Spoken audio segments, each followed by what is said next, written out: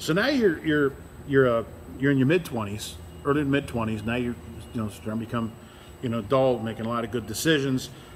Moved to Mooresville. Was that something you felt you had to do? Yeah, absolutely. I went down to when Bob lived in Chapin, South Carolina. Went down there a lot during the summers to help out. Very beautiful property. Early. Oh yeah. I mean, I went down there at a very young age, and to even get more addicted to motorsports. But so he moved to Mooresville, and we built the shop in Mooresville in 1998. I ended up moving to Mooresville in January of '99. It was where you had to be, kind of thing. I mean, that's just parts, pieces, cars, everything. Yeah, talent, and crew people. Exactly. So near the drag strip. Right. Yeah. In the cul-de-sac, in the end of the drag strip park. It was an amazing time of my life, to be honest with you. Lived in Mooresville from '99 to 2010. But early on, it was quite the transition. Like, everything is motorsports. Like, everywhere you go it's just like overload. It's just. Not saying that I was starstruck, but at times, sure. Like, whoa, it's Dale Jr. Were you surrounded by Blaze Alexander, like, say, Dale Jr., Before Jimmy I met Johnson, Dale Jr., was like, oh. Hank Parker Jr., guys he's like just that. a regular Lyndon person. Amick. They put their pants on the same way. And you're part of that, kind of like that up-and-coming group. Yeah, and I got, pretty tight with some people down there that were, that were superstars. It was pretty cool. I got to know Jeff Gordon pretty good. Great guy. It was a lot of fun. And like I said, the resources, the talent of people there, you just can't beat it. So stayed there for quite some years there. It was a lot of fun. I'm sure your mom and Barbara loved it. Yeah. My little boy's not here anymore. Yeah, I visited home quite a bit, but yeah, it was a long time I was there. But I mean, it was there's a few regrets here and there, turning down some things that I probably shouldn't have. But all in all, you kind of can't complain. And no moss grew under your feet, because then you went dirt racing. Yeah, I did a little bit of that in my off time of what I was doing.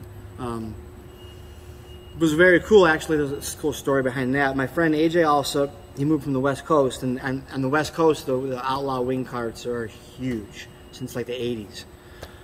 And it was a zero thing in North Carolina, and he had one just because he still had it from when he moved out from the West Coast. And I was over there skateboarding one day, because he had a little ramp, he skated, and we were skating one day. And I'm like, what is that? What is that thing? He's like, oh, it's outlaw wing cart. He's like, you want to drive it? I've been on the road one time. I was like, okay.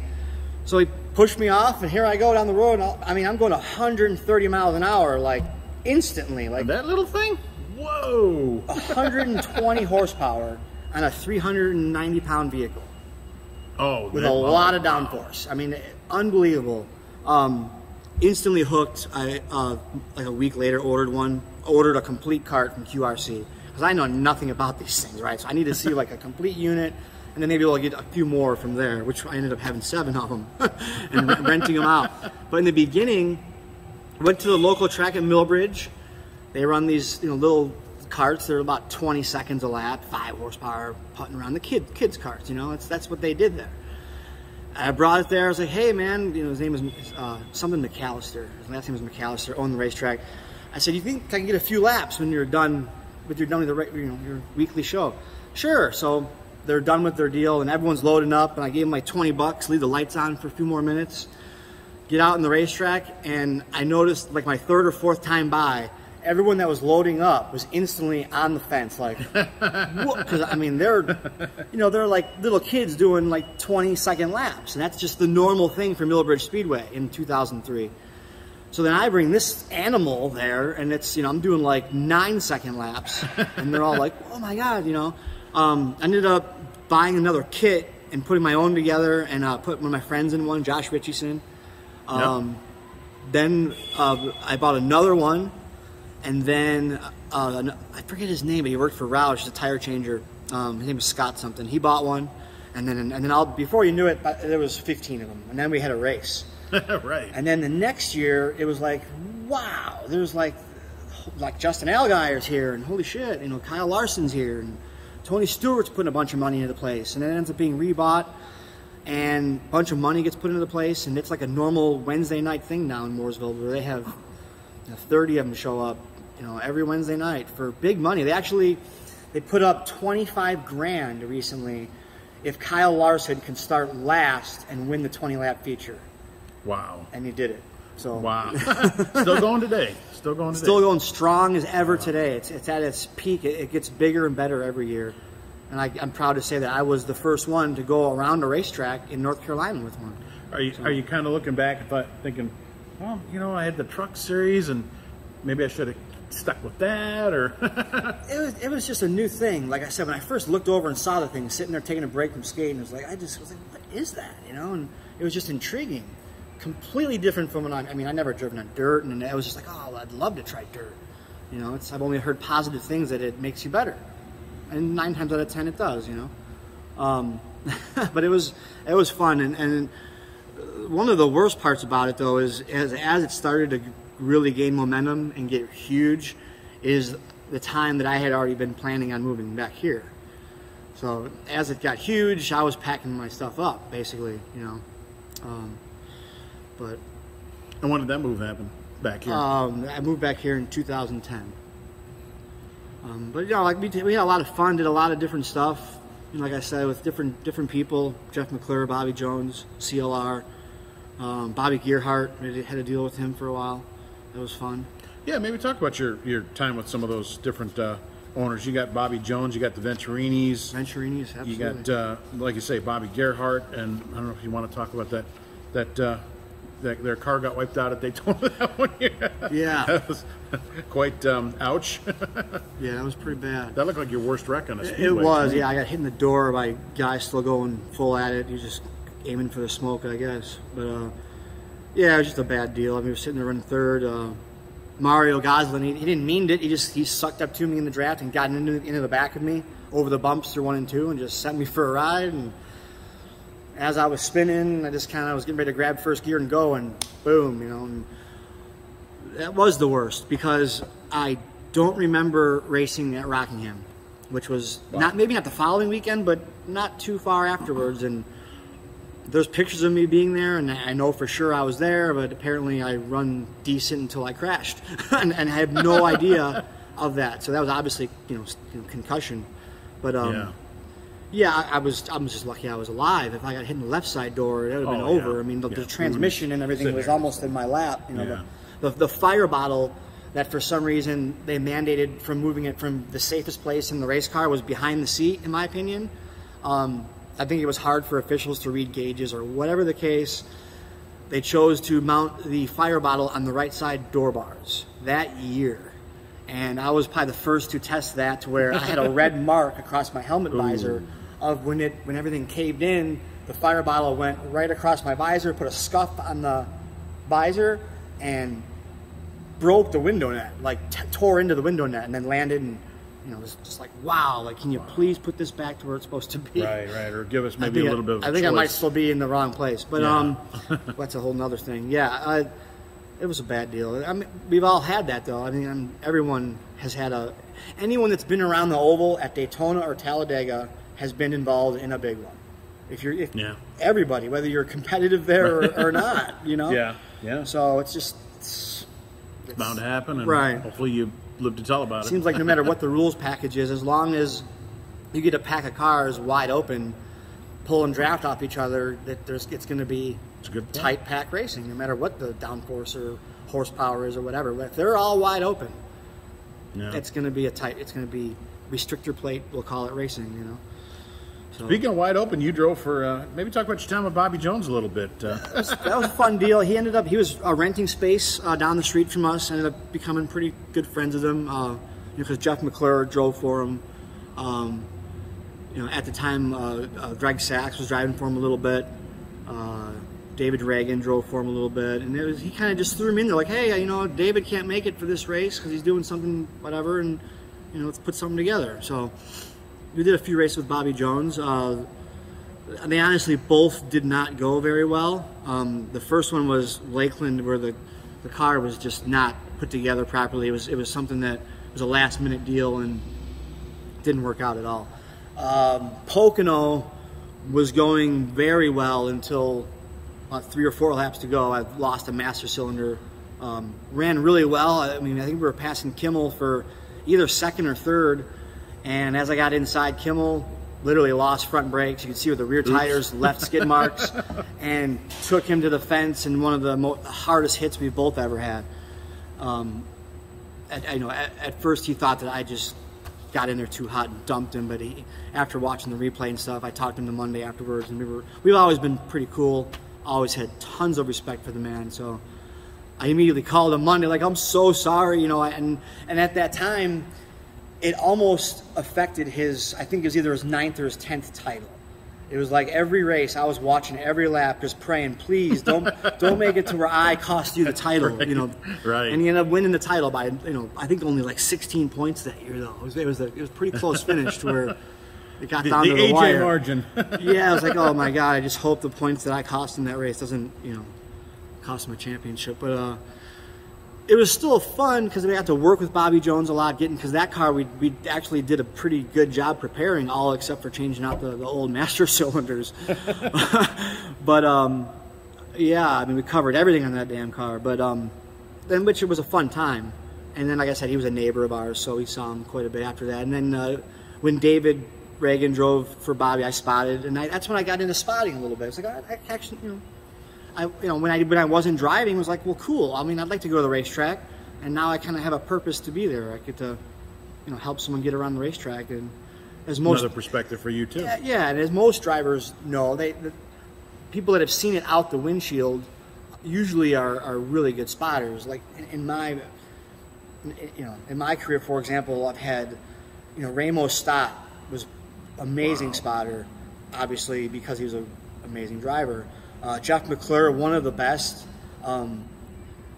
David Keith, one of my good friends. 2 guys you mentioned we just lost recently. Yeah, he was amazing, driver and spotter again.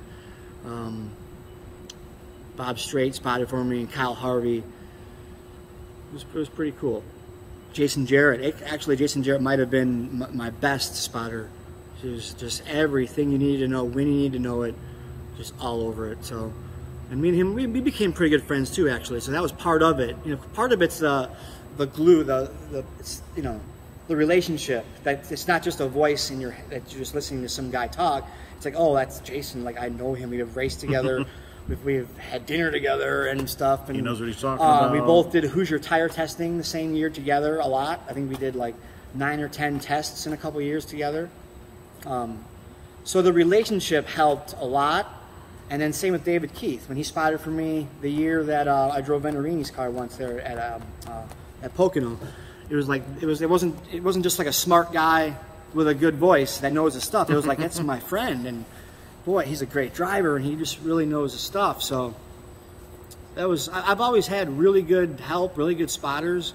In Mooresville, working with so many great people, like Bob Shack in the beginning there. Everything I learned about a race car up until 2000 was from Bob, and that's kind of why we were so alike in so many ways.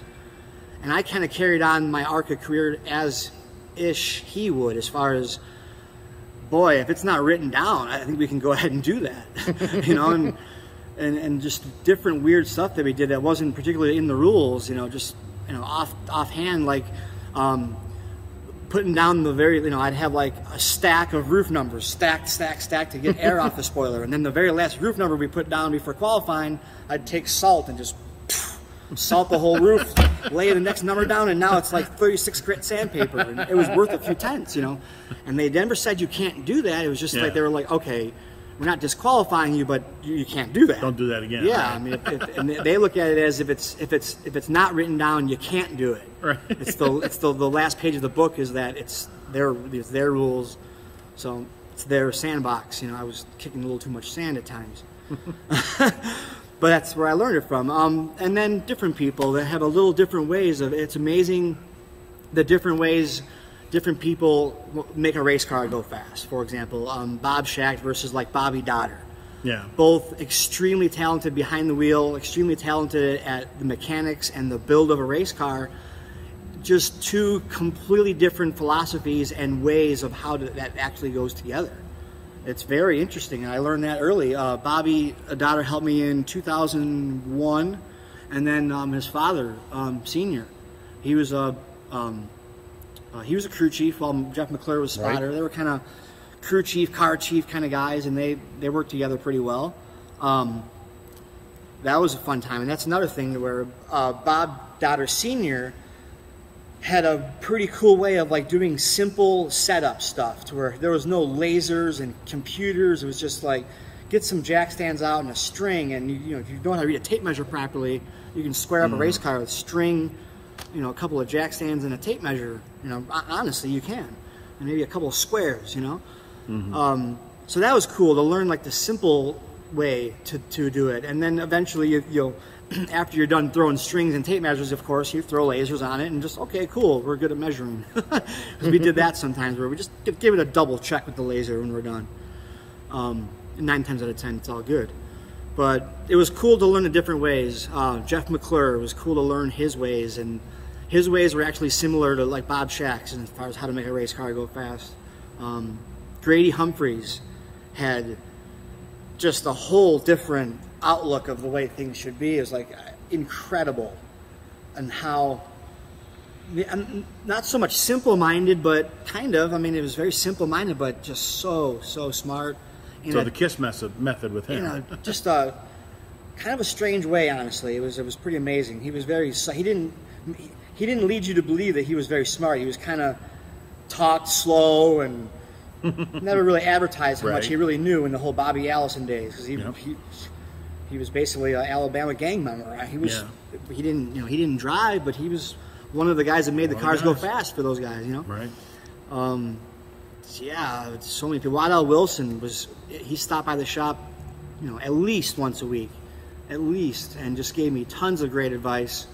He never worked for me, but just like I said, would stop in because he did his daily rounds at all the different places, and he would stop in at the drag strip park, you know, every Monday or Tuesday, whatever, just make his rounds and stop by and spend 10-15 minutes, and it was awesome, you know. It was just great. Wow. Larry Moore, working with Larry Moore, like, wow. What a trip. You're talking like legends. You're going like I mean, to be straight up, legend people. When I first worked with Larry Moore, I only knew his history with like Tim Steele and being like one of the guys that helped make Tim Steele who he was in ARCA. And I honestly didn't know much about how badass Larry Moore is until like shortly after. He eventually went to work with Justin Allgaier after it was up with us. And it was, you know, that was only because Justin was getting ready to do a full-time ARCA deal. And he came to me, he's like, man, I got this chance to do something with Justin. And I'm like, do it. Right. And shit, that's awesome, you know. And so it was a fun time, you know, to learn about that and stay friends with him while he was doing stuff with Justin, and then kind of learn about all of his dirt stuff and the World 100. World 100. Guy ruled there. Not too long ago, you know, he sent me some of his books and some cool T-shirts that he signed for me and stuff. So I didn't finish reading his book yet, just time, you know. But from time to time, I'll just sit there. I'll read a few chapters here and there, not in order because it doesn't really matter. And you know, I know most of his life story by now, anyways. But it's cool to see the pictures and see it written down. It was really cool to confirm who he really was, you know. So that was a lot of fun working with those guys. I'm sure there's a few more that I can't remember. I feel bad, but you know, Joey Knuckles, he was a he worked with me a few times. Kind of a crew chief, car chief / guy. You know. Worked with Davey Allison for all those years. And, yeah. He worked with us. Billy Hagan. Yeah. He worked with us. He worked with us at the time to where I always seemed to have 2 guys that really knew their stuff. It was either that, or at times it was nothing. So where it was like, there was a couple times where I'm not sure exactly what the deal was, but I didn't have a crew chief. It was just like me and Lou and some Lou minions, Sipolt, you know, so to help us out. So I'm not sure exactly why. If it was my temper that that played a part of that maybe at times.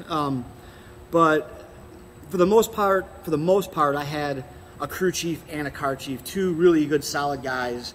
Like when Joey Knuckles was there, I had Wayne Setterington.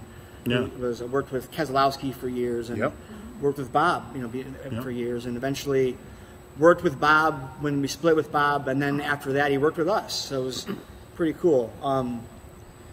You know, like when Grady worked with me, that was with Grady with Jeff McClure, and then when Bob Senior, like I said, when Senior was there, it was also with McClure, and then we never really had issues as far as 2 smart guys that might have 2 different ways to make a car go fast. Never really had much of an issue as far as arguments or anything. It was always pretty laid back atmosphere. Is the way we loved it. I mean, that's what makes it fun, right? I mean, to be stressed out all the time is part of the reason why we never probably went into a full-blown rental program.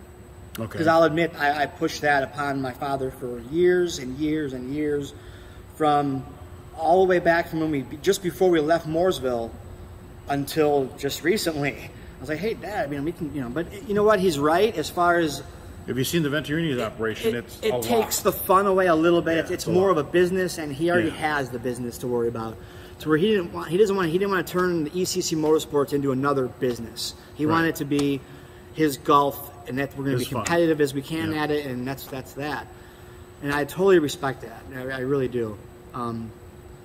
It's kind of cool. I mean, to be in the position I'm in, I can't complain. I mean, and since I moved back, I've done a lot of help at the company here and there when I can. I'm going to slowly get more involved in that as I can. So learning all that's fun, you know. And coming from a racing background, there's some things that do transfer over into the engineering of nuts and bolts and stuff like that. So the rental thing, we just never got into it, but we have had several. But you're still having fun, though, so that's a good thing. Right.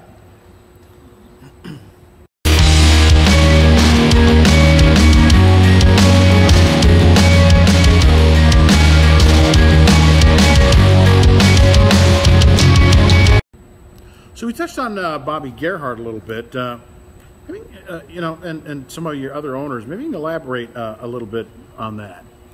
Yeah, that was a pretty fun time there up until it got a little ugly there with the crash at the end of that race. But yeah, that happened at the end of the race, didn't it? You guys were it was almost the finish of the race, wasn't it? I think so. Yeah, they kind of, we talked about doing something together at times, you know, and he was probably one of the first that offered us a realistic deal, besides the CLR thing. That was a little bit different, but he was the one that, you know, Bobby and Gary, they offered us a realistic figure that it's going to cost us less to do something with them than it is to do our own for that particular year, because we didn't have a car together. So yeah, we did. It was Daytona, 2006. Yeah, I got down to the nitty-gritty there. I was sitting there running third and got tagged from behind there, and you know, over the bumps, and ended up getting hit in the door there. So that was that. That is not pretty. Not pretty at all. That's the one we were talking about, where the fire bottle came out the door. And, yeah. So that kind of. Did ARCA take that car? Do you know? So a lot of times they'll take cars like that. Yeah, they did, and that's a rare picture. I don't even know how we found it, because they immediately covered up the car, which was. I was going to say, I'm supposed to see that which car. Which was scary, because when my parents first got to the car and saw it, I was in the infield care center, knocked out, and the car was covered up. Usually that means. Yeah, it was pretty bad. Yeah. So, but it was still the time up until that was a lot of fun working with them. I went up to Pennsylvania actually and brought my seat and did the whole thing. Went there for a couple days and got to hang out with them. And we went and tested. We actually tested a Hoosier tire test with them. We were the first cars on the racetrack when they repaved Talladega in 2006. Wow. That was interesting. I think Bobby was the first actual car. I was right behind him though. So you're like, okay, we're not bumping around anymore. I don't have to wear a mouth guard. Completely different. Oh God, yeah, it was way different because the old Talladega, and you're looking for the little sealer cracks because those sealer cracks were kind of like lineup marks to get properly around the racetrack, and all of a sudden you get there now it's just black, and there's just these regular lines that you don't even look at. So, yeah, that was fun. And then shortly after that, I got a call from Bill Davis. Wow. And that was mainly because me and Tommy Baldwin had developed a pretty cool relationship as friends and stuff. And he's like, man, if I can help you out ever, I will. And so he did. He convinced Bill Davis to do an ARCA deal with us. I have pictures of it somewhere here. It was a no money deal. It was the first time to where I bring my helmet and bring my seat and bolt it in and let's go. Let's do this. It was kind of refreshing, it was unreal. Yeah, and we did a few races with them. Run pretty good. I think we finished third in one of them. The other one was Talladega. I got caught up in a wreck after running pretty good. So it went to where Mike Skinner was going to be moving up to Cup Series and drive the 22 Caterpillar car.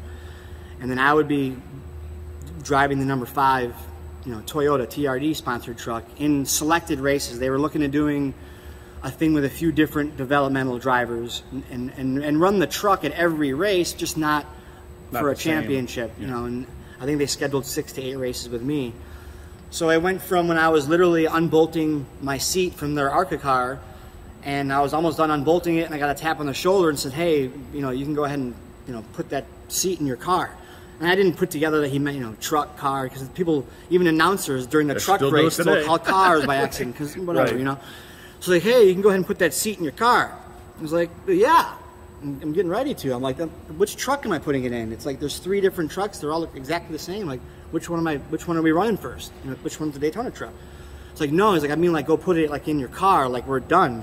Bill Davis literally got an email from Caterpillar saying they're terminating sponsorship, going to Childress. So Bill Davis shut down, moved back to Arkansas, auctioned everything off. Talking about way up here, and now you're like, yeah. I mean, if racing doesn't make you bipolar, then your heart's just not in it. You know what I mean? It was heartbreaking.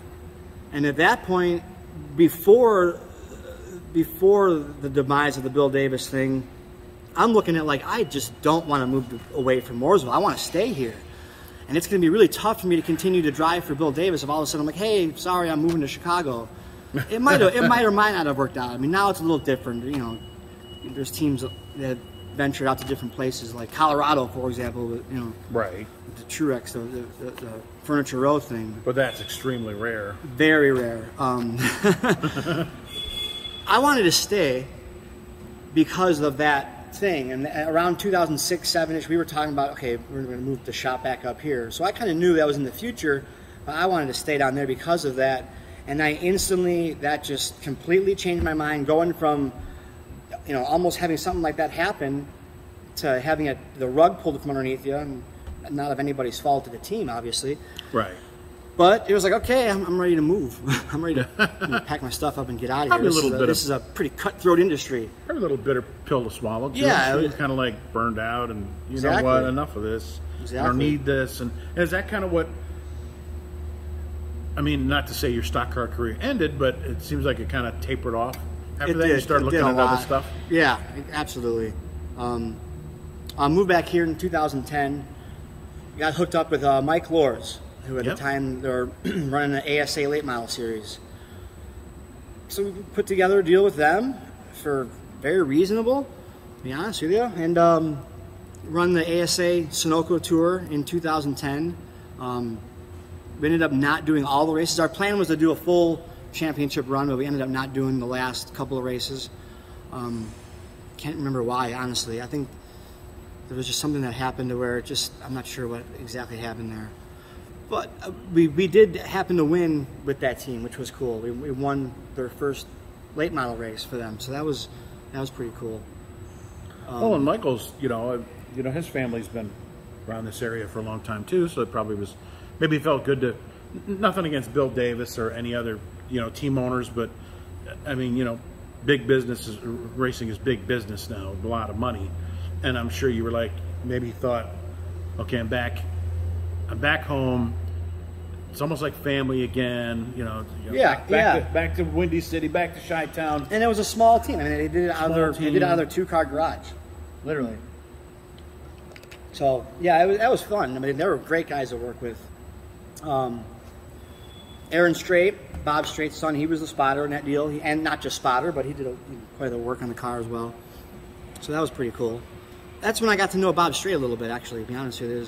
Cowboy Bob. Through that deal, yeah. That was fun. Then we kind of just got back into ARCA a little bit with my own car. We ran Indianapolis Raceway Park.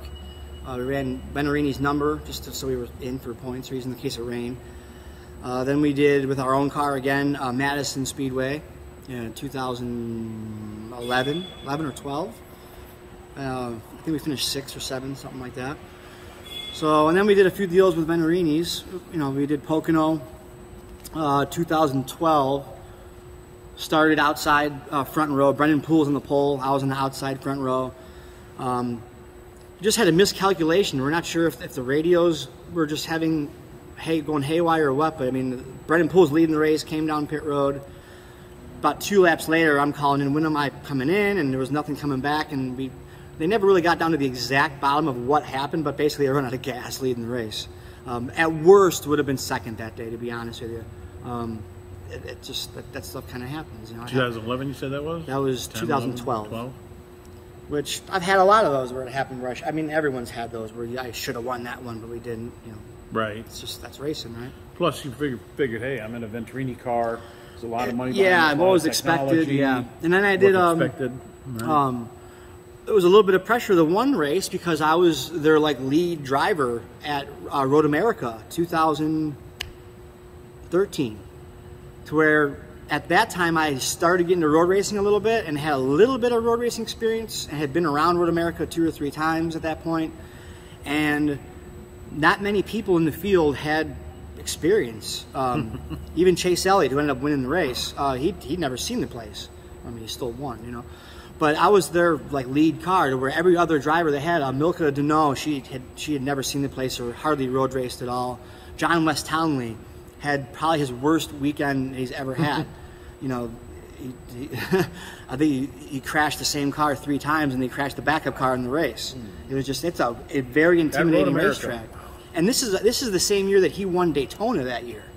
So he's a talented race car driver. Yeah. It's just that Road America will bite you if you don't know where you're going or what you're doing. You come up the hill and just wipe out, So it was kind of fun for me because I was the lead guy. I kind of know what I'm doing, and and they don't. So it was kind of fun. We ended up running really, really good in that race, and I was close enough to watch 2 guys take each other out at the end. And actually, no, Chase Elliott did not win that race. Chase Elliott was fastest all weekend, but Chase Elliott and Andrew Ranger took each other out going down to turn 5. Chris Buescher ended up winning the race. That now. Yep. And I ran with Chris Buescher the whole race. I mean, the video of his car, he's the white. It was actually a white 17 car, and I was in a Benarini car, so it's kind of I'm chasing a car that looks like mine. And he ended up winning the race, and I ended up losing the oil line with about 3 to go, running second, because I think they crashed about 4 to go. So won another race that I probably would have been so frustrated, second or third, but yeah, it was pretty fun times for sure. They were good to me, and I did another race with them at Chicagoland a couple years after that. So